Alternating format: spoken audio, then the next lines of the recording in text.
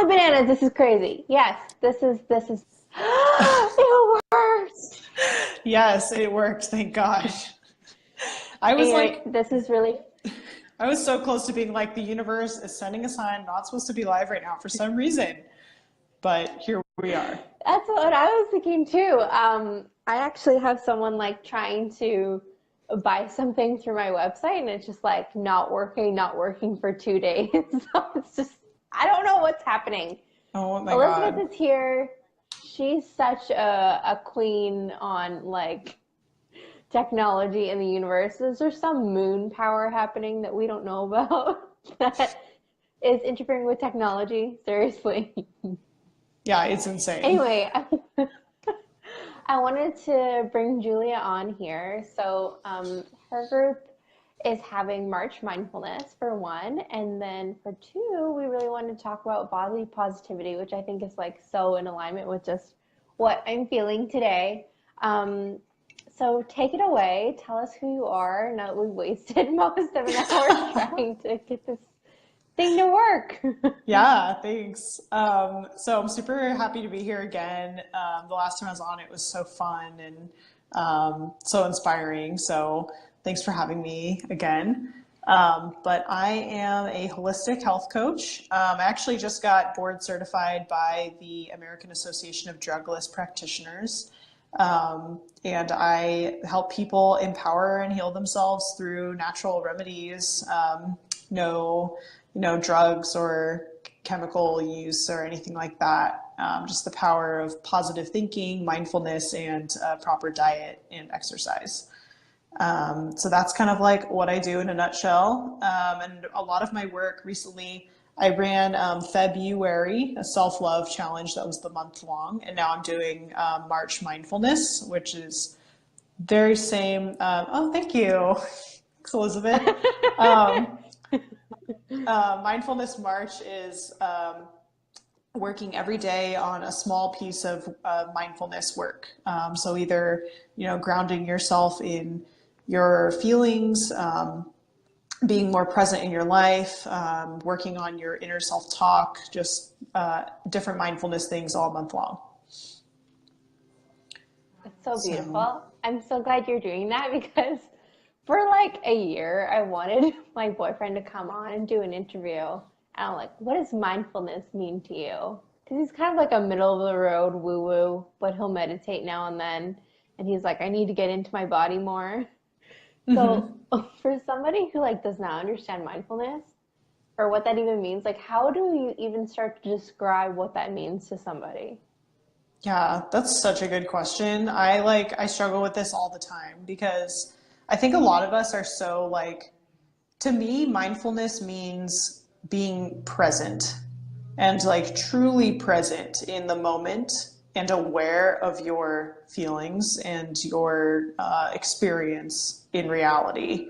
So removing all of that white noise in your brain, like when you're talking to someone, for example, like focusing on the words that they're saying rather than thinking about all the million things you need to tell them or how you're going to respond to what they're saying, or thinking about dinner that you need to cook later while they're talking. Erasing all of that and being present in the moment and thinking about what they're saying and how they're trying to connect with you. That is mindfulness, like as an example. But I think like a good beginner definition is being present and aware of your experience in this moment. Yeah. That's so beautiful and so true. When I started my yoga teacher training, we had a yin specialist, and so that's like feminine energy yoga for those of you guys who don't know. Um, and we partnered up with someone in our class. Now, you've been with these people for weeks, you know them, right? And all you had to do is remember five things that they told you that were unique about them. Like you actually had to be quiet and listen, and then reiterate it, sorry, back a few minutes later. Do you think anybody could remember more than two things? No, because they were too busy thinking about what they were going to say next. What am I going to say? Yeah, exactly. And we're so like wrapped up in the like, especially for everyone, like I still work a normal job. I'm at my job right now. Um, but like for people who work like in, you know, corporate world or, you know, even just everyone who has a lot of things going on, like you're so focused on like, go, go, go, next thing I need to do. I need to do this. I need to do that. I need to get home so I can do the next thing, et cetera, et cetera. And there's no like, there's so much thinking about the next thing. There's so little thinking about this moment that you're in currently and how to like make the most of that moment and enjoy it.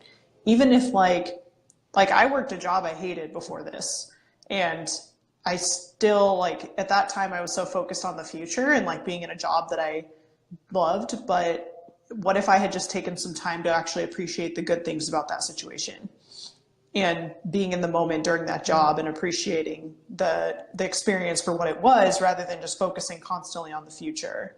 That would have made probably a lot more positive experience. And I think a lot of us are just so focused on like what's next and I need to go do this and I need there's all these things I have to do, and you're just going through the motions that we forget to actually like just breathe and enjoy the present moment. So beautiful. Elizabeth is really resonating, like what you're saying, with everything. Yin specialist, living in the moment, the end result. I'm so glad you Yeah. guys are connecting. What do Um, you like? so, Oh, I was just going to ask you like what you think, like what does mindfulness mean to you? so I take it one step further and like really in my body moment, like embodiment in the moment. Like, what is I my really love body trying that. to tell me in this moment? Yeah. Um, because like when we're on our cycle, we're so much more in tune to the messages from our body, right? Like, I'm feeling tired, or I need to chill out more, or I need a nap. We get a lot of body messages, or like, oh, all of a sudden my shoulder is really sore.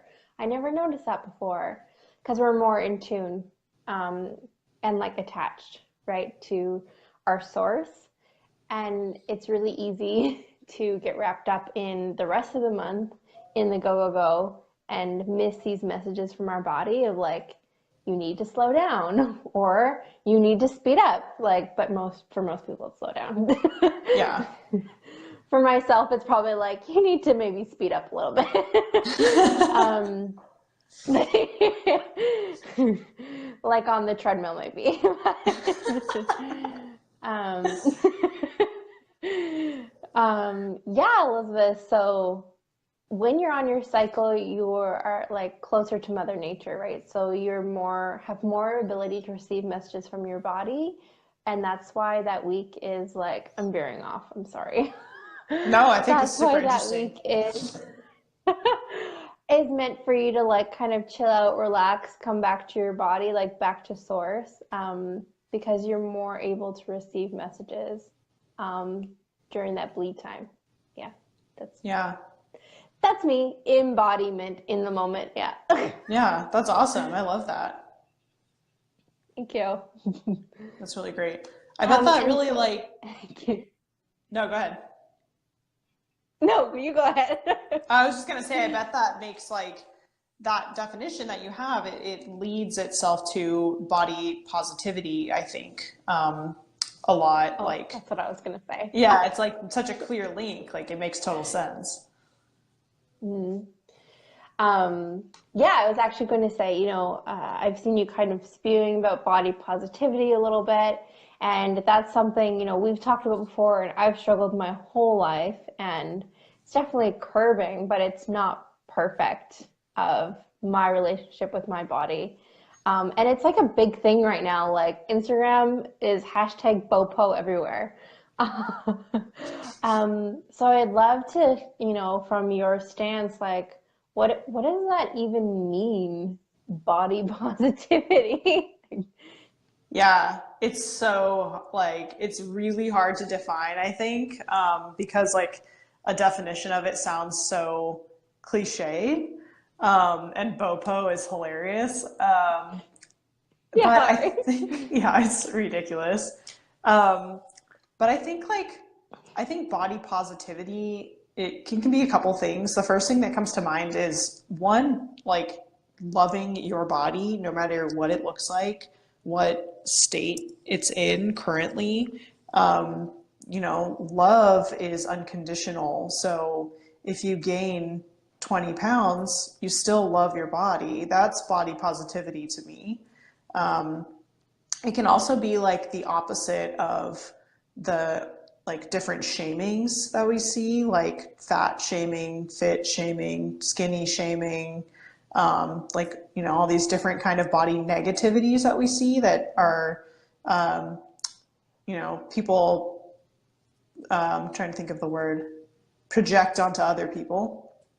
Um, so I think it has to do with both like inner acceptance and love that is truly unconditional, but also out like external acceptance of others' different bodies, and loving other people regardless of their body.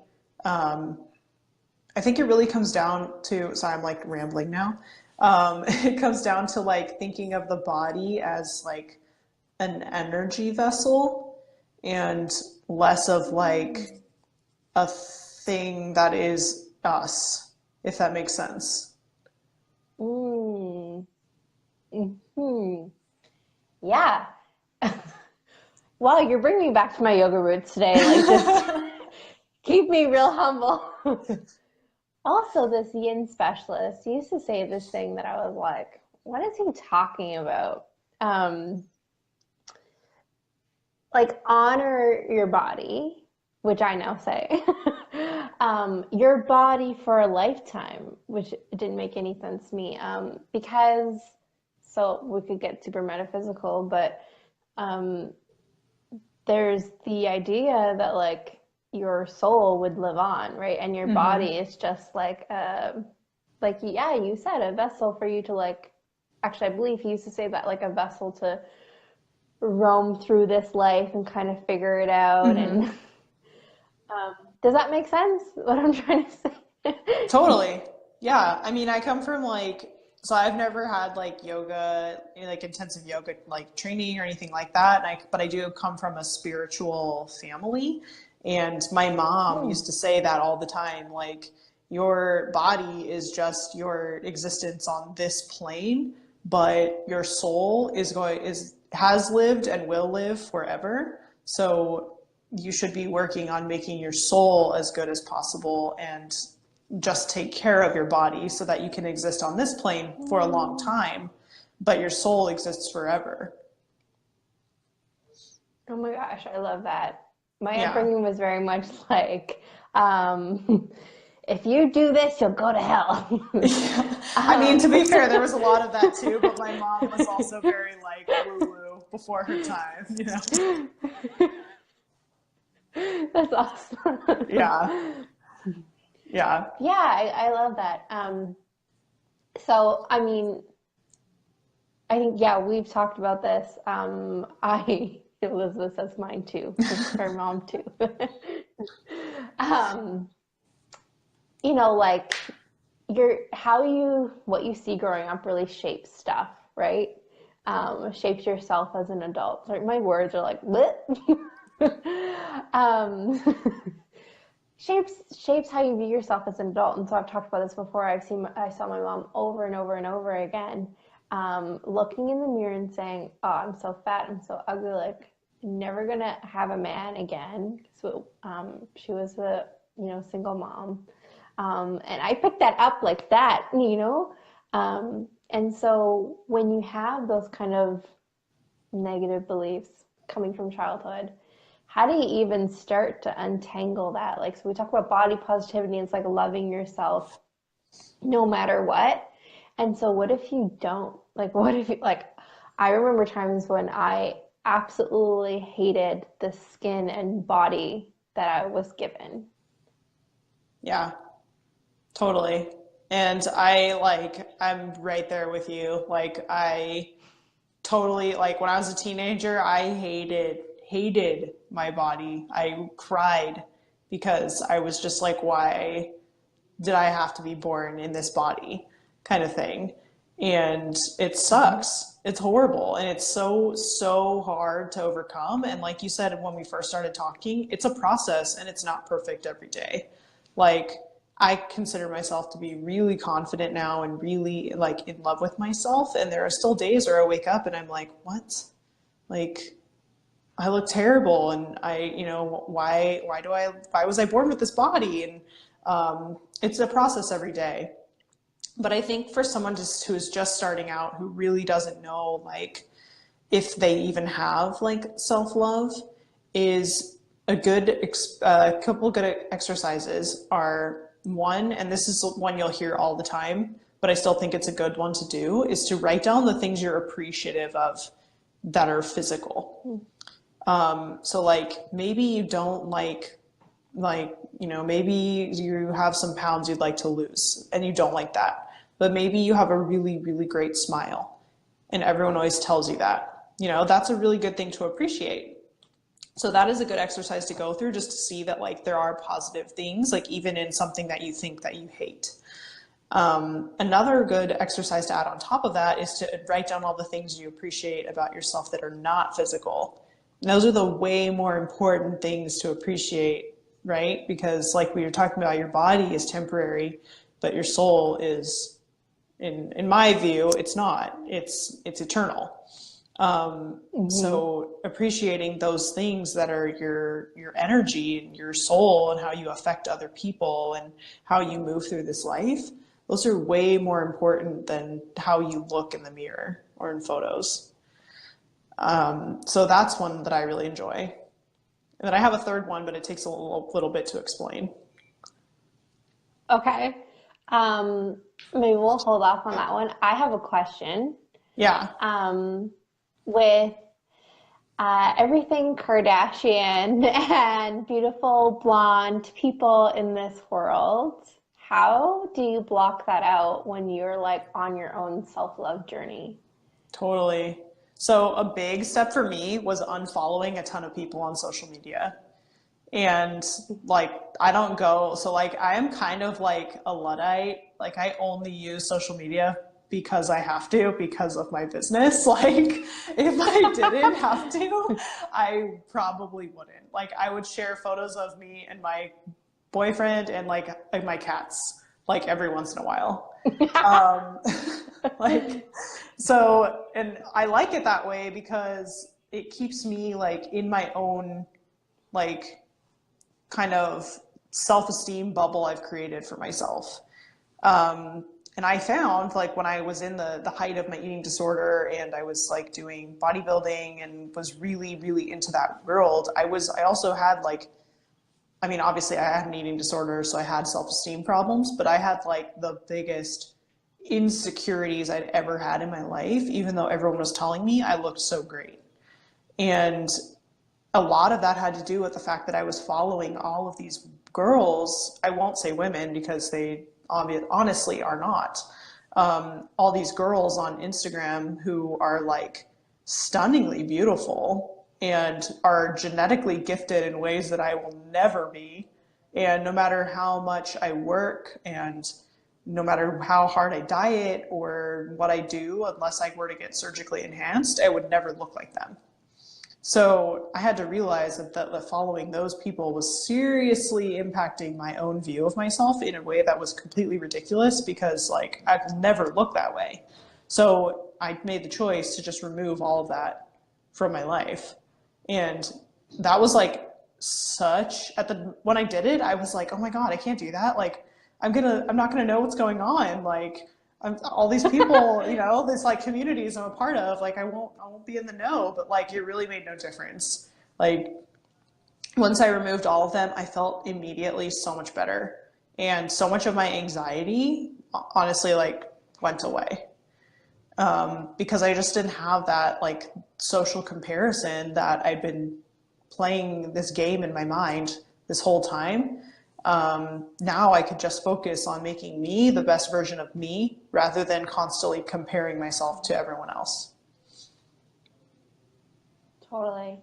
I really see this like problem in entrepreneurship too. Like it just transfers from your life into like business, where you just start like looking at people and like, oh, they have everything together and look, oh, they have the perfect life and she's got this boyfriend and like all the things, right? And it's totally like, you're totally right. Like you just gotta like switch it off inside because it just like transcends your life. Like it just transcends into your business and that really fucks you over. Yeah, and it's just like it's a constant what's the word I'm looking for? It's just a cycle, right? Like you know, you feel bad about yourself, you go on Instagram and look at all these other people who look like their life is so together, but everyone's just sharing the highlight reels and everyone's like beautiful because they've touched up their photos and their like lives look perfect.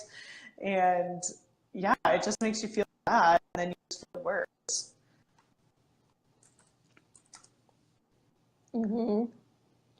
I'm guilty. I've used filters Did I lose since I you? got this phone. I got this phone Oh, in okay. Bali and it has like this selfie mode. What? Oh, nice. Oh, I thought I lost you for a second, but And you're it, back. okay. And it just like, I don't know, it just kind of like almost photoshops your face. It just like blends it on its own. And I've been guilty of using it. And I wouldn't post any pictures without doing it because I was so self-conscious about my acne. And now I've started just like posting pictures with absolutely no filter because it's just like, it is what it is. I've struggled with this my whole life. It's now getting better, which is great. Um, but yeah, that's something this I decided, and it's this just this small, but to me, it's so Yeah. so huge. No, it's huge. Like, I remember the first time I chose to go out of the house without makeup on. Like, that was a huge moment. And I was like 20. Like, it was ridiculous. Like, it was years. Like, I started wearing makeup when I was like 12 because I had really, really bad cystic acne my whole, from when I was 12 until I was like 18. And I, I would refused to go out of the house without makeup on. And like, I would play sports in makeup. And yeah, the moment I decided that I was going to do it was like so liberating and it was so terrifying because you just I never got internalized, you in. know? Mm-hmm. Yeah, you just internalize like what people are going to think or like, are people going to look at me or, you know, like it was, it just took me so long to realize that like probably no one cares about me at all. Like, you know?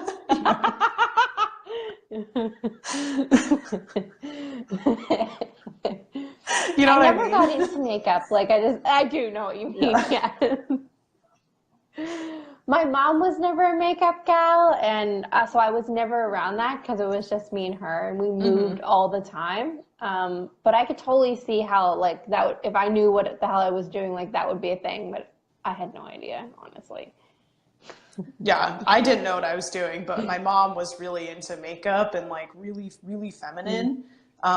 So I thought that like that's what you do when you're a woman is you just wear makeup and you cover up any flaws that you have and you know all of that. You have to look put together when you leave the house, and it was a big learning experience for me to realize that none of that is necessary or true. Totally.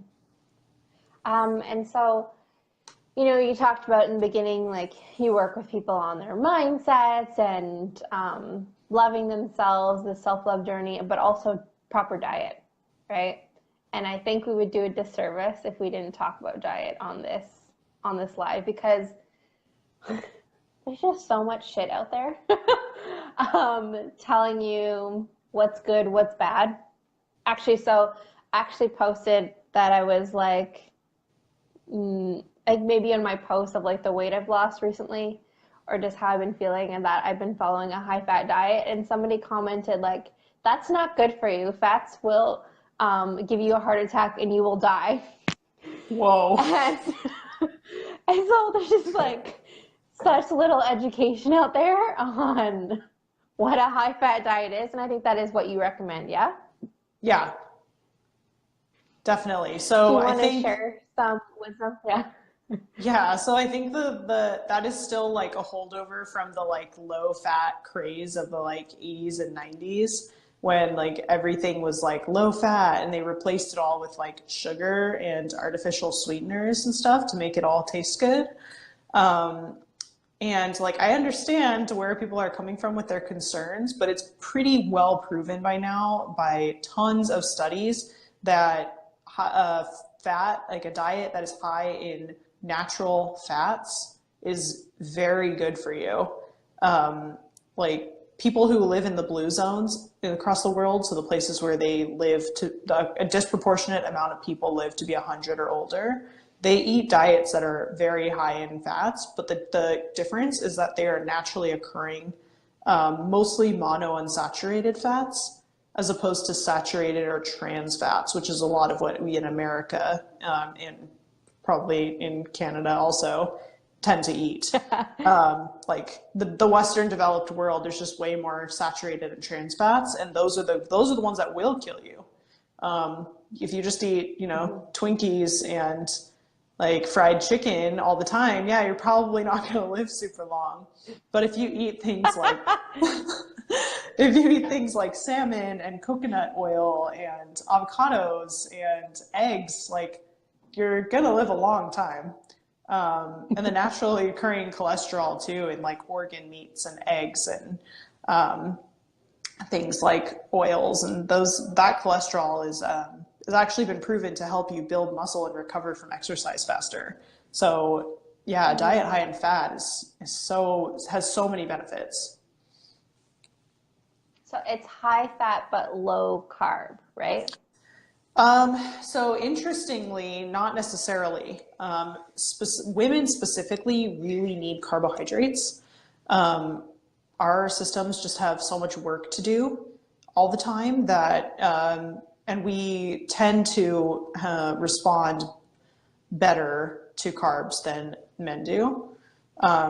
So like you may have seen like a lot of people who do the keto diet, like women, you'll have really good short-term results. But a lot of women will have a trouble sustaining it over the long term. And that's because like our bodies do really need carbohydrates. So you can have a high fat diet, but I would recommend moderate carbohydrates. So like for someone who counts, that would be under 150 grams of carbs a day, which is still quite a bit. Like that's definitely like eating sweet potatoes or some rice or like, I'm generally like not for gluten. So let's say like some gluten-free like breads or stuff like that. So moderate carbs, because like our systems do need it, but you can definitely go low carb and up your fats more if you're trying to lose weight. Yeah, so last time we talked, how long ago was that? Like It's like a month ago. Even? Yeah. Yeah. So last time Julia was on here, I was like, tell me all the things about, about dieting. And, no, that's the wrong word. Because I was like, what about detoxes? And what about this? And what about that? And we talked about like, well, how that can be really restrictive behavior. And I'm like, yeah, actually, you know what? That's why I don't own a scale, because it like put some really, really bad behaviors in me. And I know that, so I just stay away from the numbers. But I started right then having like a higher fat diet. And I guess like not as many carbs because I didn't need them. Yeah. Like, because I think I pretty much replaced like probably half of the carbs that I would have with avocados, which I never liked before.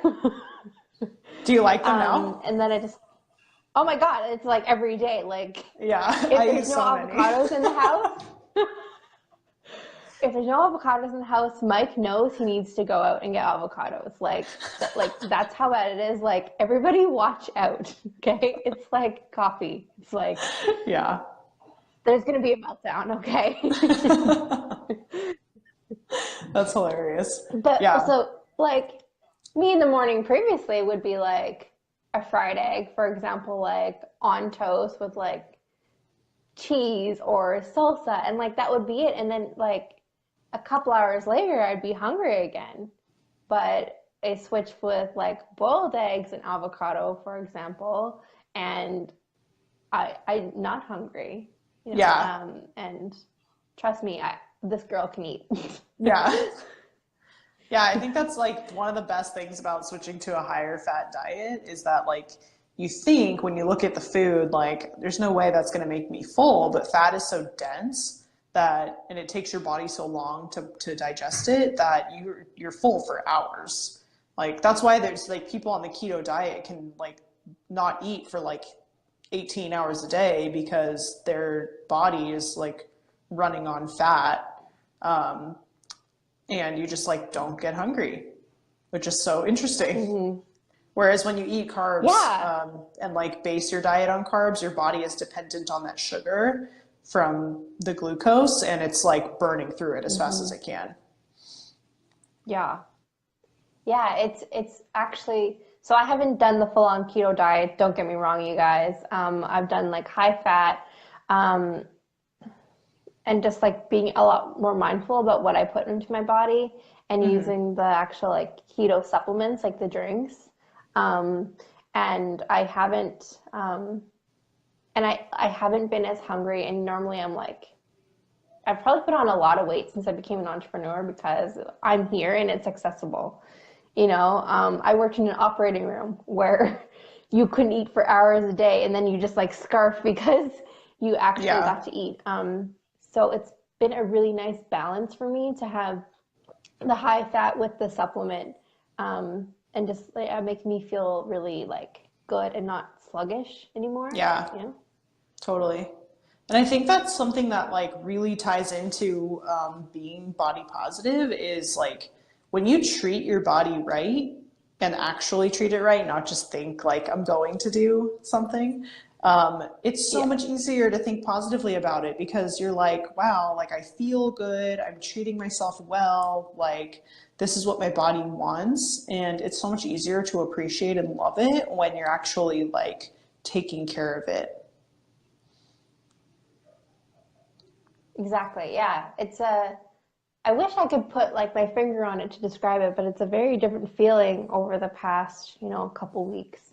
Um, where like, if you all see the picture I just posted, if you haven't, like scroll down after this live.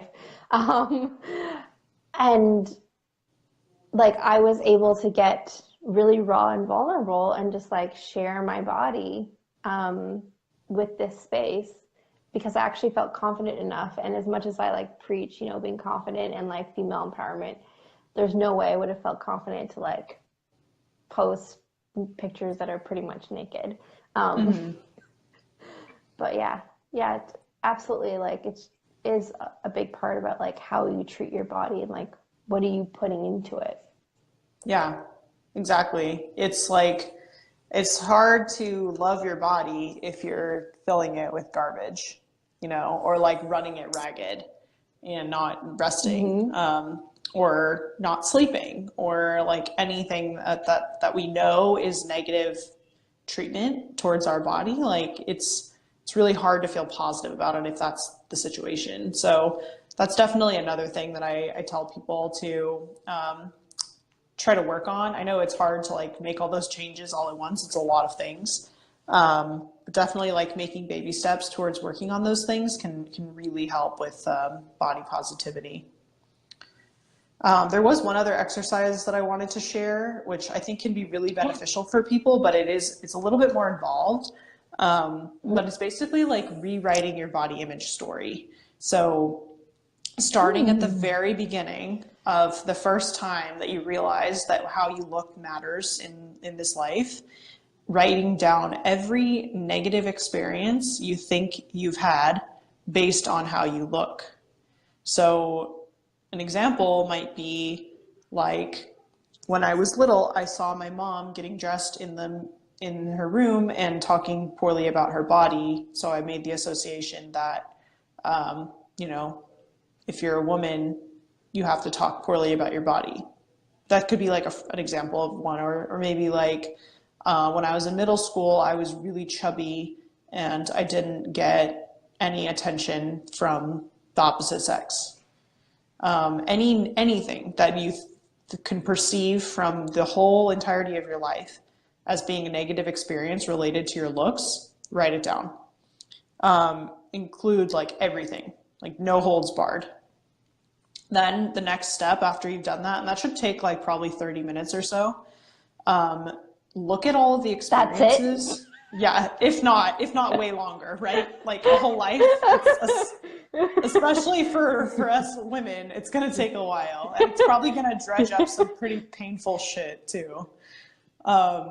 So just know that going into it, like this beginning part is not fun, but it does have a great benefit. So then you want to go through all the experiences and look at the actual facts. So what in the experiences was a fact? So for example, if a kid at your, in 7th grade called you fat, the fact that he said that is a fact, right? But if in high school you didn't get asked out by someone and you think it's because you were overweight, that's not a fact. That is your perception of what was happening. So going through the entire list of experiences and listing out the actual facts, and then make them like a note next to all the facts. Go back to all the facts and identify the actual like root of the situation. So for example, like let's say that when you were growing up, your dad told you that you needed to lose weight all the time. That is a fact that he said that, but like, let's look at that a little bit deeper. If that was the situation, is that person who said that to you your entire life growing up, is that someone who is loving and compassionate and who you would want to spend time with? Probably not. So why give him, this person in the past, power over your self-esteem? So going into like every experience that is a fact that has, and going down to the root of the situation and asking those deep probing questions about like, why am I giving this experience power over me now? Oh my God, I'm doing this. Doing this. It's so good. It's so good. So like, yeah, it just really helps you realize that like nobody worth your respect and your love would treat you that way and say like, do those kinds of things. So why would you allow any people like that power over you? Right. And realizing that most of our suffering in that realm is really about us and us being our toughest critic. So true. Yeah. That's a beautiful exercise. I'm definitely going to do that. And it's going to be ugly. Yeah, it's pretty rough. I'm not going to lie. It's pretty intense, but at the end, like you really do feel so empowered and so like in charge of your own story that I really think it's worth it. So beautiful. Thank you for sharing that with us. Yeah, of course. So I think we'll kind of, I don't know what time it is because I can't see, but it's almost 12:30. Okay, so I think we'll just kind of end it there because we did plan for an hour, but we had lots and lots of tech issues. Yeah. Lots, you guys. You just don't even know. So Julia, if they want to know more about you, where can they find you and like the beautiful work that you do?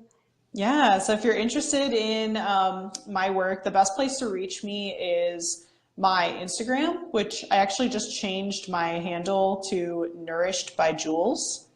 So that's my handle on Instagram. It's also my website, and you can find me on Facebook. I will comment on this live so you can easily find me. Perfect. And head on over to, is your group still called the same? Yes, my group is still Positively Disruptive Wellness. Cool. Yeah. Yeah, and head on over.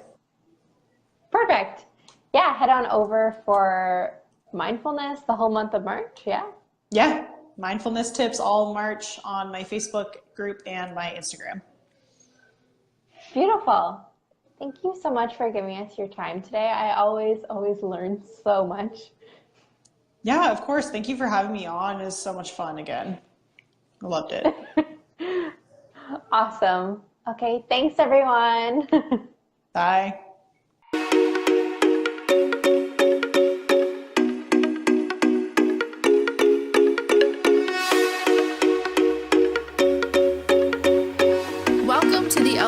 Pretzel Show, where spiritual entrepreneurs find orgasmic energy, happiness, success, and abundance.